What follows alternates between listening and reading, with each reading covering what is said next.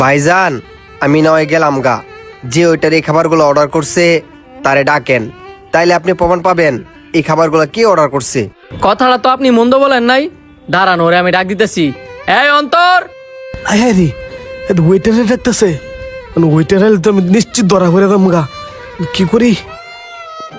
Sir ডাকলেন যে? এই টেবিলে খাবার অর্ডার করছে কে? ওই যে স্যার উনি। আচ্ছা তুমি যাও।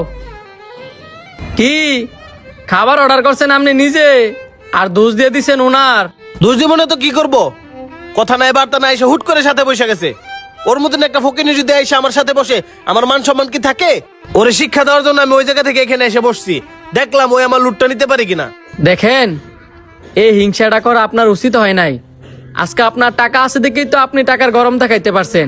যদি টাকা না থাকতো দেখাইতে পারতেন? আজকে আপনার টাকা আছে, কালকে আপনার টাকা নাও থাকতে পারে। জীবন রয়েছে 2 দিনের। আজকে আপনার জীবন আছে, কালকের পরের দিন আপনার জীবন নাও থাকতে পারে।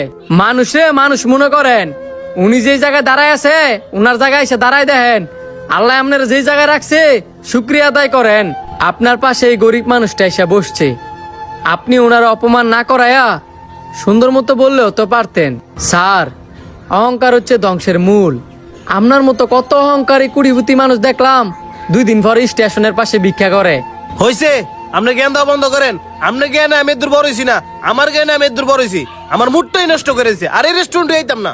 যান যান, আপনার মতো কাস্টমার আইলে কি না আইলে কি।